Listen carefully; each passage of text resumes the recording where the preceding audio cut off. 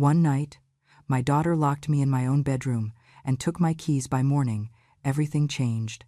Vanessa said, "Sit down, Mom," not like an invitation but like a command, and I understood immediately that this was not a family talk but a verdict already decided, with Caleb standing just behind her shoulder, arms crossed, watching me the way people watch something they intend to manage rather than listen to. I sat, because refusing would have turned into proof of whatever story they were preparing to tell, and the first thing I noticed was the pile on the table, a bank notice with bold red lettering, printed emails, and overdue statements laid out neatly as if my life had already been summarized into evidence. I asked quietly, "What is going on?" And Vanessa snapped back without missing a beat. "Do not play innocent. This is because of you." Her voice sharp with a resentment that sounded practiced. She leaned forward and said, "You always do this. You pretend to be calm while everything around you falls apart." And then she added the sentence she knew would sting, "You live like it is 50 years ago, and it makes me look like I came from nothing." Caleb cleared his throat and stepped in with the tone he uses when he wants to sound reasonable, saying, "Jane, you do not really understand credit or timelines, so it is better if you do not interfere right now." And then, glancing pointedly at my purse, "With your condition, it is probably safer if you do not hold on to your keys tonight." I felt my stomach tighten, and I said evenly, "Those are mine." Because that much at least was still true. And Vanessa's face hardened as she reached across the table and grabbed my car keys, my house keys, and my phone in one motion, dropping them into her pocket like confiscated contraband. "You are agitated," she said loudly, as if narrating for an invisible audience. "You are not thinking clearly." And when I took a step toward her, she raised her voice and said, "See, this is exactly what I mean. Mom, you are not stable tonight. I am doing this to protect you. If you are listening right now, and something in your chest feels tight, if you recognize how quickly concern can turn into control when someone wants your silence more than your safety, then you already understand why moments like this change people. And if you feel justice deserves celebration, smash that hype button and let us keep stories like this alive, echoing far, far away, because your support helps bring understanding and love to people who are told they no longer deserve either. Thank you so much, and please keep listening." Caleb did not stop her. He did not question her. He simply added quietly, "If you calm down and do as we ask, this will be easier for everyone," which is what people say when they want compliance without accountability. I told them again, slower this time, "Give me my phone." And Vanessa laughed, not humor, but irritation, and said, "You do not need it.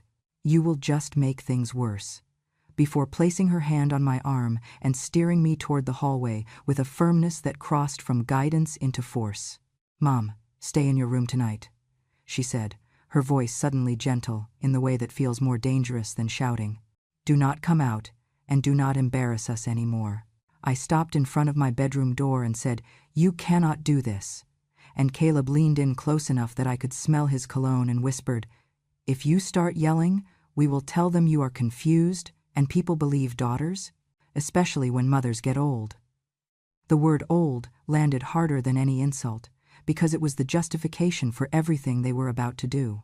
Vanessa pushed me inside, closed the door, and I heard the lock turn from the outside with a sound that was unmistakable and final, a clean click that traveled through my body like ice. I stood there for a moment, my hand on the doorknob, trying it once, twice, before understanding that this was no longer an argument, it was confinement, and the air felt different when that realization settled.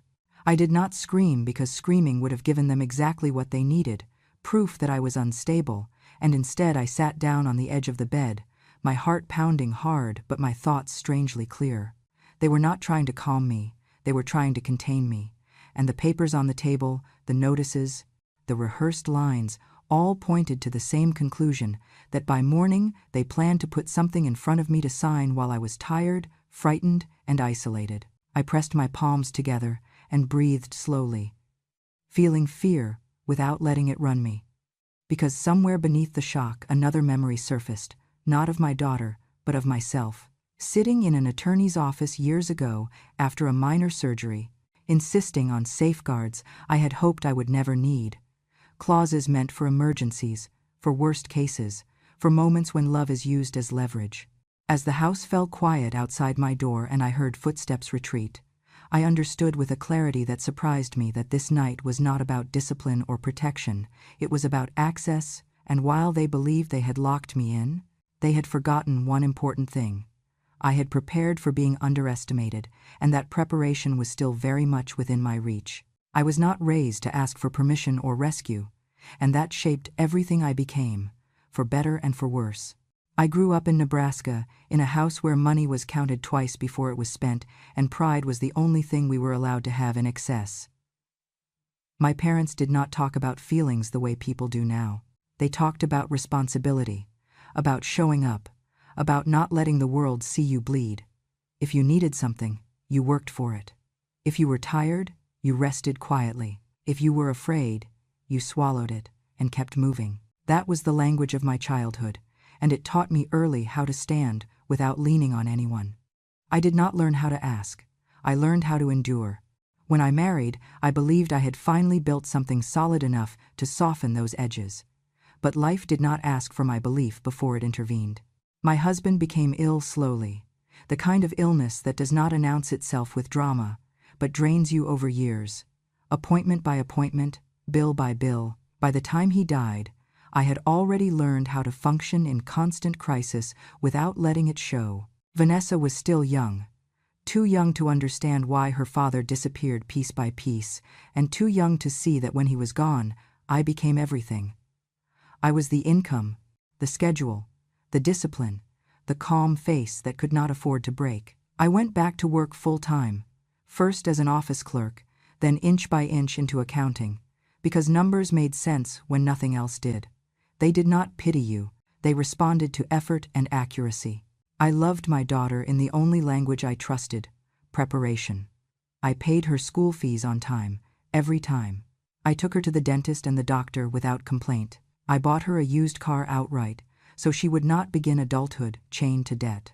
I did not surprise her with gifts or gush about her achievements to strangers, not because I was not proud, but because pride, to me, was private.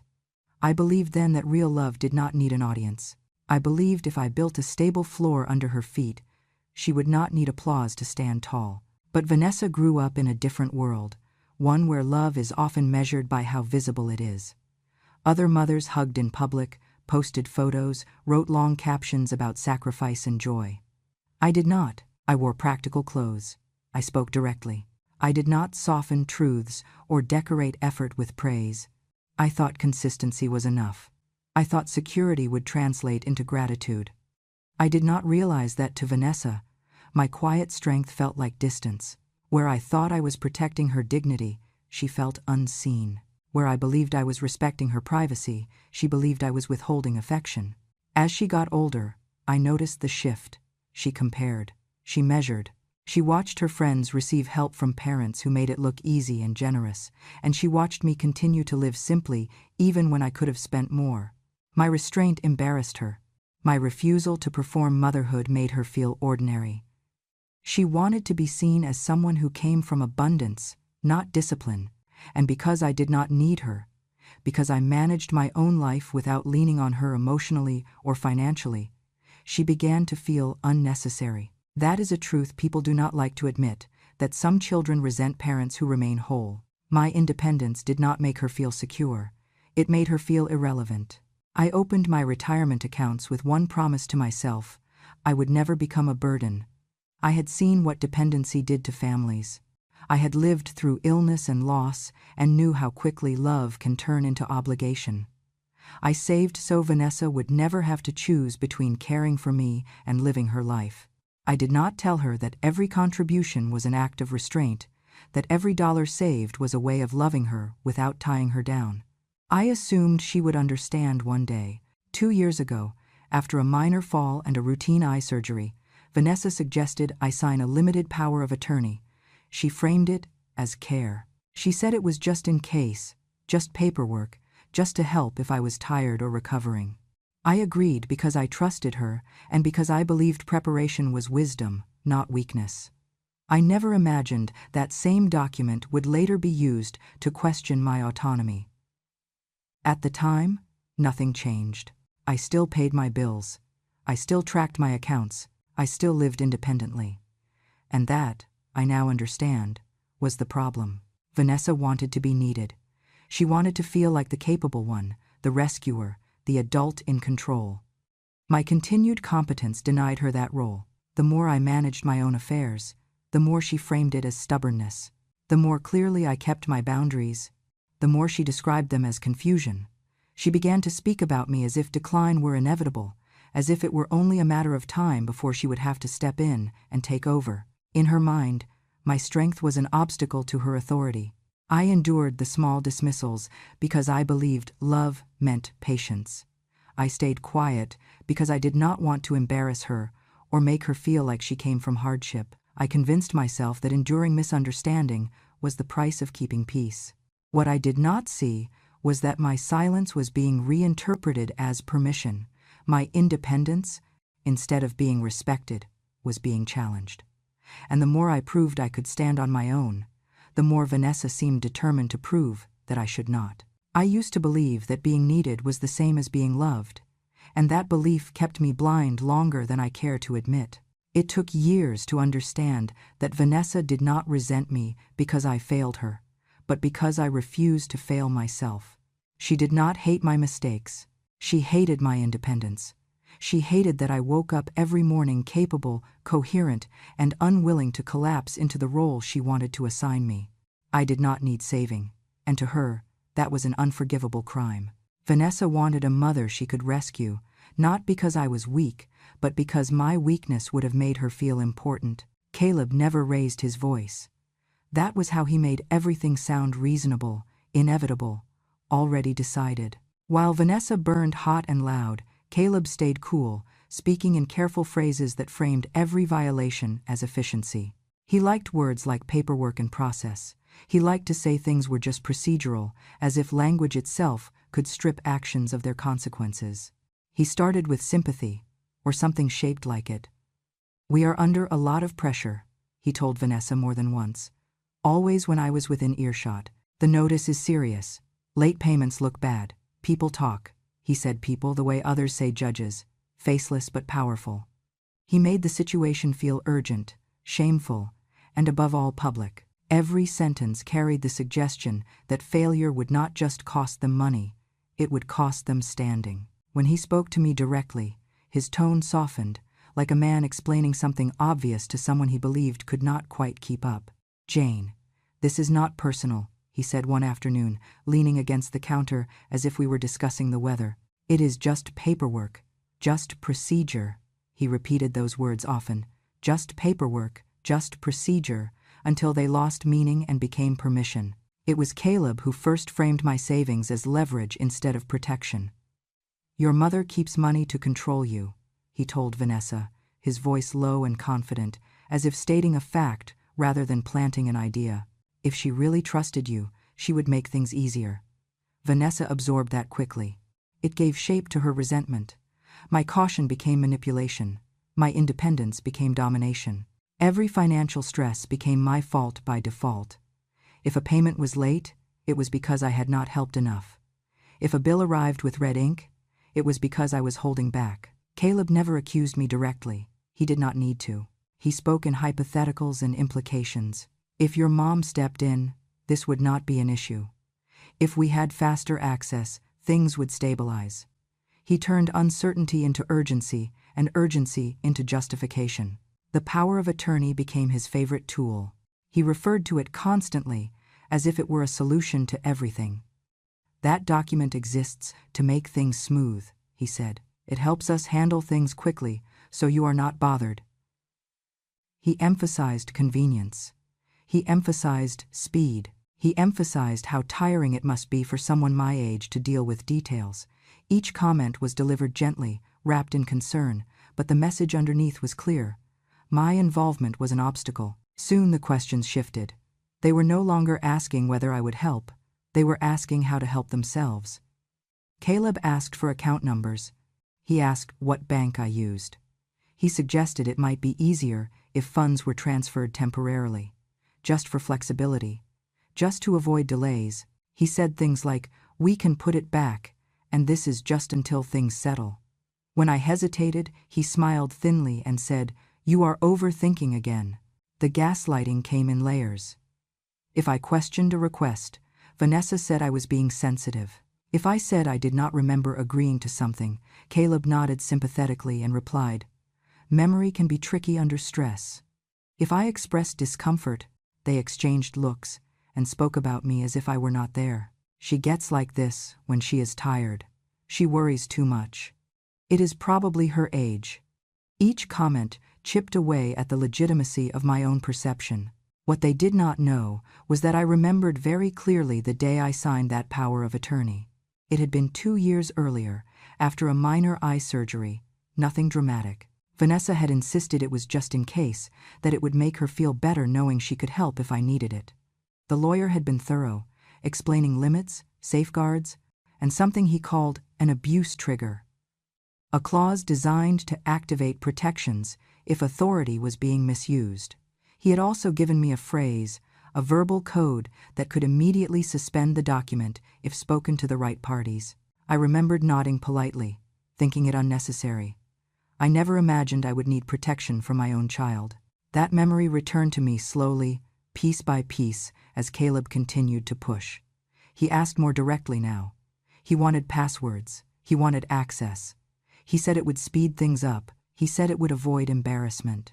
He said we were all on the same team. Vanessa echoed him, her voice tight with stress. "Why are you making this harder?" she snapped once. "Do you want us to lose everything?" I watched them carefully then. I noticed how Caleb always spoke after Vanessa grew emotional, how he stepped in to translate her anger into strategy. He did not inflame her. He focused her. He turned her fear into momentum. And in doing so, he revealed something important. This was not chaos. This was a plan. The realization settled over me quietly. They were not trying to help me manage. They were trying to remove me from the process entirely. The power of attorney was not a backup. It was a bypass. And the more I resisted, the more they spoke about my stability, my clarity, my ability to decide. That was when I remembered the exact words the lawyer had used. "This clause exists because abuse does not always look like violence," he had said. "Sometimes it looks like a concern." At the time, I had smiled and told him I trusted my family. Sitting there now, listening to Caleb describe efficiency while asking for my autonomy, I understood how naive that had been. I did not confront them. Not yet. I stored the memory carefully, the way I had always stored important things, without announcement. I let Caleb believe his reasoning was working. I let Vanessa believe her pressure was effective. They thought they were closing in. They did not know they were waking something I had spent my life keeping dormant. That night, locked in my bedroom, with no keys and no phone, I replayed every conversation, every phrase, every assumption they had made about my passivity. I thought about the clause. I thought about the code. I thought about how carefully I had been taught to protect myself, and how long I had refused to believe I would ever need to. Caleb believed he had converted family into a system he could manage. He believed he had turned love into leverage. What he did not realize was that systems cut both ways, and by morning, the paperwork he trusted so completely would become the very thing that ended his control. Vanessa opened the bedroom door the next morning without an apology, without hesitation, as if locking me in overnight had been a reasonable step in a process I had already agreed to. She stood aside and gestured for me to come out, her expression tight and controlled, the way it gets when she believes she is being practical rather than cruel. Caleb was already at the table, papers laid out neatly, a pen placed on top like an offering. The house felt different in daylight, not calmer, just more exposed, as if what had happened in the dark now expected to be completed openly. Vanessa did not ask how I slept. She did not acknowledge the night at all.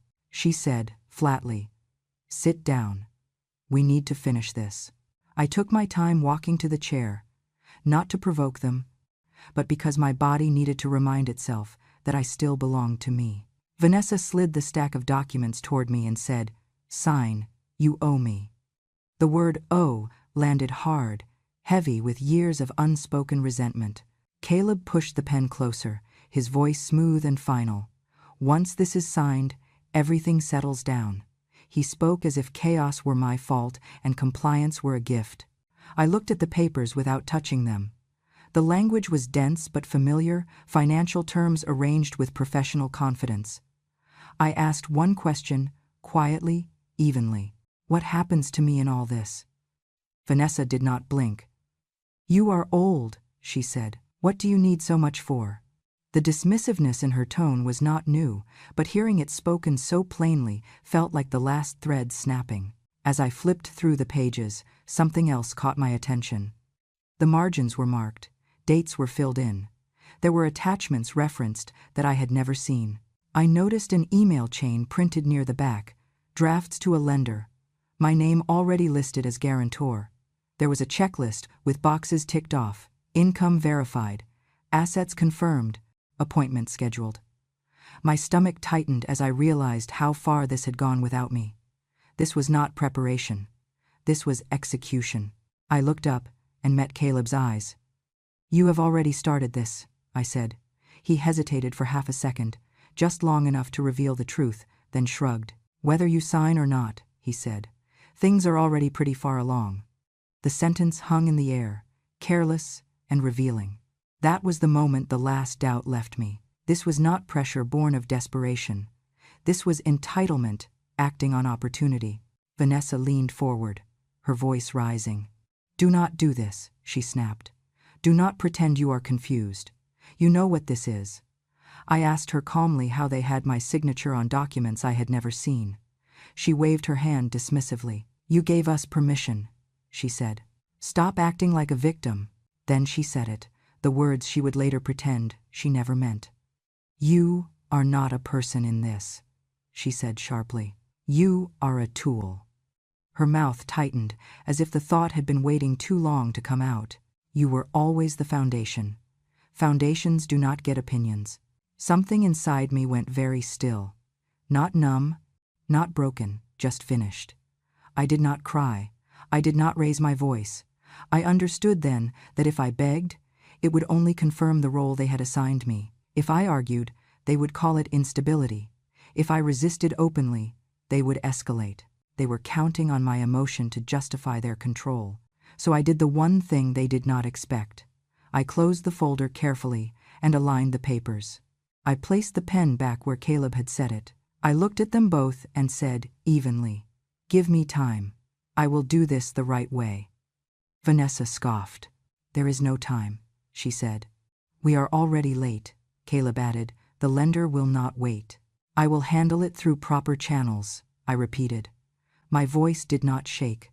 The calm in it seemed to unsettle them more than anger would have. Vanessa stood abruptly, the chair scraping loudly against the floor. Do not make this harder than it needs to be, she warned. We are doing this. I nodded, not in agreement, but in acknowledgement that the conversation was over. They mistook it for surrender.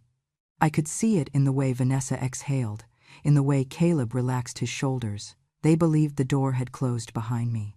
They did not realize I had just closed a different one, quietly, permanently. I went back to the bedroom without another word. My heart was steady now. The fear from the night before had burned away, leaving clarity in its place. I understood that I was no longer fighting to be loved. I was choosing to be safe. Whatever happened next would not be decided at that table. As I sat on the edge of the bed, I felt something settle deep inside me, a line I would not cross again. They had mistaken my patience for permission. They had mistaken my love for access. They believed they had taken my dignity. What they did not know was that I had already taken it back, and by the time they realized it, the doors they relied on would no longer open for them at all. Vanessa locked the door again that second night, quieter this time, as if repetition made it reasonable. She took my keys from the dresser, my phone from the nightstand, and said it was for my own good, that I was worked up, that I could say things I did not mean. I did not argue. I watched her hands, noticed how practiced the movements were, how Caleb stood behind her without meeting my eyes. Just sleep, she said. We will talk in the morning. The lock turned with the same dull click, and the sound did not scare me the way it had the night before. Fear needs uncertainty to survive, and by then I understood exactly what they were doing. I sat on the bed and did nothing. I did not bang on the door. I did not call out. I did not pace. I let the quiet stretch, because quiet had always been my ally. What they did not know was that silence had been built into my life deliberately. Years earlier, when I had signed that limited power of attorney after my eye surgery, the attorney had insisted on safeguards I barely noticed at the time. Elder monitoring was one of them. A simple check-in protocol tied to my accounts and medical file, not invasive, not dramatic, just confirmation that I was reachable and consenting. Miss the window, and the system did what it was designed to do. I had never missed it before. That night, I let the check-in pass. I lay awake listening to the house settle, to Vanessa and Caleb talking in low voices down the hall, their words muffled but urgent. I thought about how many times I had been told not to make a scene, not to embarrass my daughter, not to draw attention. And I thought about how little attention it takes for harm to continue when no one is watching. I did not call anyone. I did not need to. The system was already listening. Morning came with the sound of footsteps outside my door and the scrape of chairs being moved in the kitchen. I was sitting upright when the knock came, firm and unfamiliar, followed by a voice asking if everyone was all right inside. Vanessa answered, quickly, too quickly, her tone bright and brittle. She said her mother was confused, that I had been agitated, that they were managing it. Caleb added a layer of concern, talking about stress and memory and how difficult it can be to care for an aging parent. They were good at this, rehearsed without realizing they were rehearsing. The knock came again, closer this time. A woman introduced herself, then another voice joined her, calm, official. They asked to see me. Vanessa hesitated just long enough to give herself away, then unlocked the door with a forced smile. She is resting, she said. She gets overwhelmed. The door opened, and the light fell across the room. I stood up and walked forward on my own. I did not rush. I did not cling to the frame. I met their eyes and said my name clearly. When Vanessa began to speak over me, explaining, apologizing, narrating, I raised my hand slightly and said the phrase I had been told to remember, the one sentence that mattered more than any argument. It was a code, simple and unremarkable to anyone else, but it landed like a switch being flipped. The woman nodded once. The man beside her wrote something down. They asked me if I felt safe. They asked if I had access to my belongings. They asked about the locks, the keys, the phone. Vanessa laughed nervously and said they were just trying to protect me. Caleb said misunderstandings happen. But the questions did not stop. They asked to see the power of attorney. They asked who had control of my accounts. They asked why I had been unable to check in. The room shifted as the answers stopped lining up. I watched as the story slipped out of Vanessa's hands. She tried again, talking about my age, my stress, my confusion. The woman listened and then looked at me. "Do you consent to this arrangement?" she asked, simply. "No," I said. The word felt clean and complete. What happened next was not loud or dramatic. It was procedural. The abuse trigger clause was activated, the one my attorney had insisted on, the one I had never expected to need. The power of attorney was suspended, pending review. Control reverted immediately. Questions became instructions. Keys were requested. My phone was returned. Caleb's explanations grew shorter. Vanessa's voice shook. They were asked why a door had been locked. They were asked why I had been isolated. The answers sounded thin, even to themselves. By the time the officers left, the house felt hollowed out, stripped of certainty. Vanessa stood in the kitchen, staring at the floor, her hands empty. Caleb avoided my gaze entirely. I did not feel triumphant. I felt steady. The system had done exactly what it was meant to do. Not punish, not accuse, but remove the advantage of control. I gathered my things while they watched, unsure now whether to stop me. I did not tell them where I was going. I did not need to. The truth no longer belonged to them. As I walked out the front door, keys in my hand, phone in my pocket, I understood the full shape of the change that had taken place overnight. I had not called anyone. I had not raised my voice. I had simply stepped out of the silence they were counting on, and the world had answered. Vanessa unraveled quickly, once the locks lost their power. The moment the authorities left and the paperwork began moving without her control, she turned on me with a ferocity that felt almost rehearsed, as if anger were the only language she had left. She cried and shouted in the same breath, her face red, her words sharp and careless. "You ruined my life," she screamed, following me down the hallway as I packed. "Everything was finally lined up, and you destroyed it." She said it like I had set fire to something precious, like I had acted out of spite instead of survival. I listened without interrupting, because it was important for me to hear exactly what she thought she had lost. It was never me. It was never our relationship. It was the money, the leverage, the certainty she believed she deserved. Caleb did not defend her for long. Stress peeled his composure away, layer by layer, until what remained was calculation without polish. He snapped back at her, in front of the caseworker who had stayed behind to finish notes, his voice sharp with accusation. "You told me she would sign," he said. "You said she always caves." The sentence hung in the air, heavy and revealing.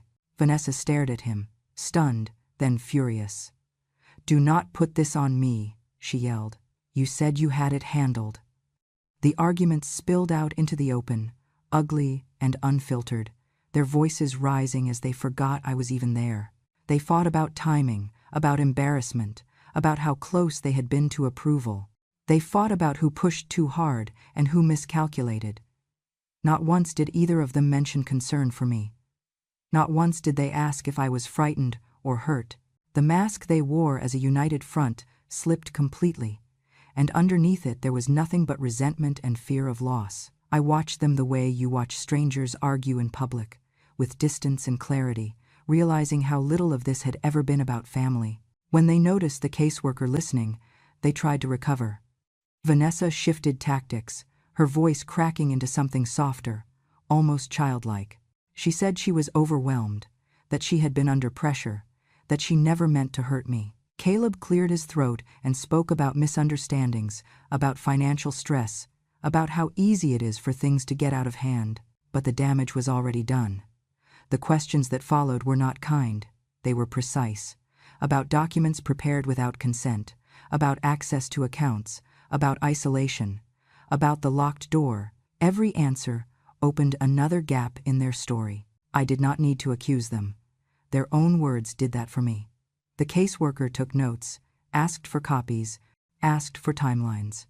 Caleb's confidence drained visibly as he realized how much of their planning was documented, how many drafts and emails and scanned forms existed without my authorization. Vanessa tried to interrupt, to explain, to redirect, but each attempt only drew more attention to her desperation.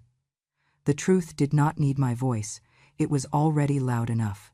When there was finally a pause, I spoke, not to them, but into the quiet that followed their collapse. "I did not destroy your future," I said calmly. "I stopped paying for your contempt." The words were not sharp, they were final. Vanessa froze, as if hearing something she could not argue with. Caleb looked away. That sentence drew a line no amount of emotion could blur. The consequences unfolded without drama. The prepared loan file was flagged. The power of attorney remained suspended. Notes were made about isolation and coercion. No one was arrested.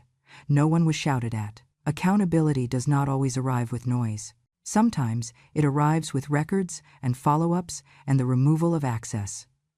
I gathered my things while they stood there, no longer sure what they were allowed to say to me.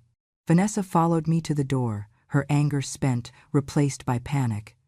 "You cannot do this," she said weakly. "You are my mother."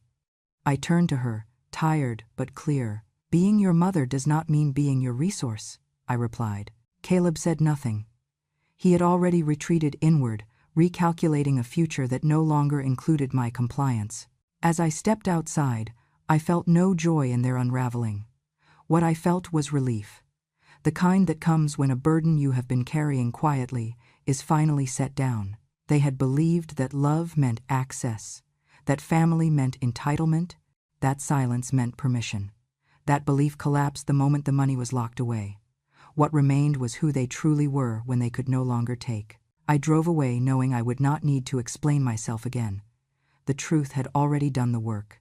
I met with Martin Hale on a quiet weekday morning, the kind of appointment that does not feel dramatic but changes everything. He reviewed the suspension of the power of attorney, confirmed its full revocation, and documented the pattern of coercion with calm efficiency. There was no judgment in his voice, only precision.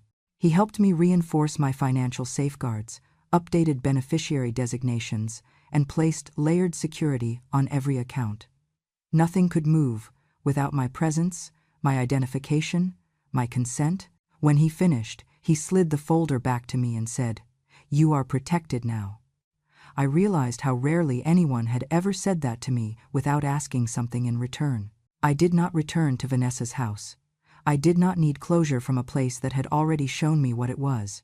I moved into Silverbrook Senior Community the following week with 2 suitcases and a box of documents, not because I was running, but because I was choosing. Silverbrook was modest and clean, a place that asked me about my routines instead of my assets. The staff learned my name quickly, neighbors waved without curiosity.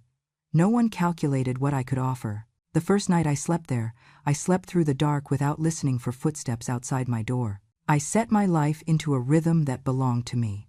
Mornings with coffee and a book.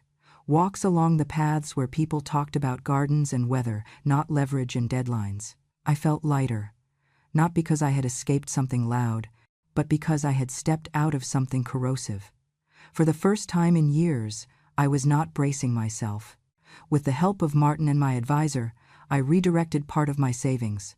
A donation to a nonprofit that protects seniors from financial exploitation, because I knew how quickly quiet people can be cornered. Another to a scholarship fund for women returning to school later in life, because independence should never expire. I did not announce it. Giving felt better when it was not demanded. Vanessa called once the dust settled. Her voice was softer, careful, practiced. She said she wanted to talk, to resolve things, to find a way forward. She did not apologize. She spoke about stress, about misunderstandings, about how complicated finances can be.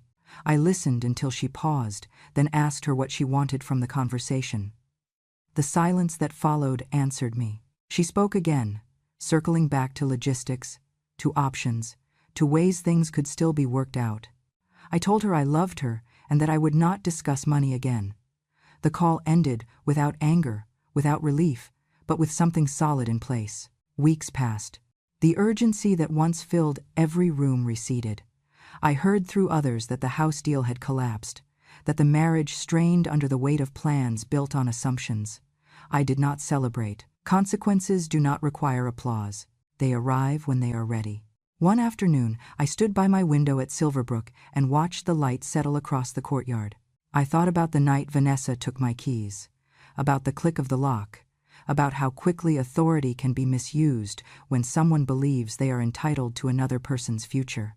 I also thought about how long I had been preparing without knowing it. The accounts I opened to avoid being a burden, the documents I kept in order, the clause I never imagined I would need. None of it was accidental. It was the quiet work of a woman who refused to become invisible. Vanessa called again months later, asking to meet. I told her I was open to seeing her if we could talk without conditions. She agreed. Whether that would last, I did not know. What mattered was that I no longer needed to trade myself for peace. I learned something important in the aftermath. Justice does not always roar. Sometimes it whispers and locks doors that should never have been opened. Sometimes it looks like a small apartment where no one counts your worth. Sometimes it is the simple act of keeping your keys. When my daughter locked me in my room and took them, she forgot one thing. I had been securing my future for years, and by morning, everything had already changed. Before you go, let me leave you with this. I did not share my story to turn pain into spectacle or to paint anyone as a villain.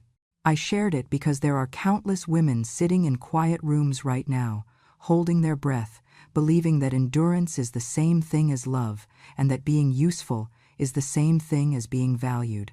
It is not. Love does not require you to disappear. Family does not get to erase your dignity.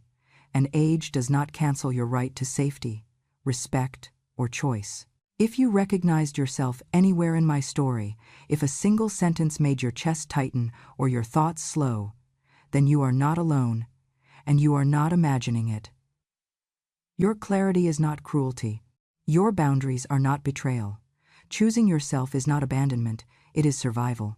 Stories like mine are often buried under politeness and shame, but when they are spoken out loud, they become lifelines for someone else who is still locked behind a door, wondering if anyone would believe them. That is why this space matters. If you want to hear more true stories like this, stories told by women who were quiet for a long time and finally chose themselves, please subscribe to Grandma True Stories. Your support keeps these voices alive and helps these stories reach the people who need them most. Thank you for listening. Thank you for believing. And remember this, when a grandmother finally speaks, it is not because she is weak. It is because she is done being silent.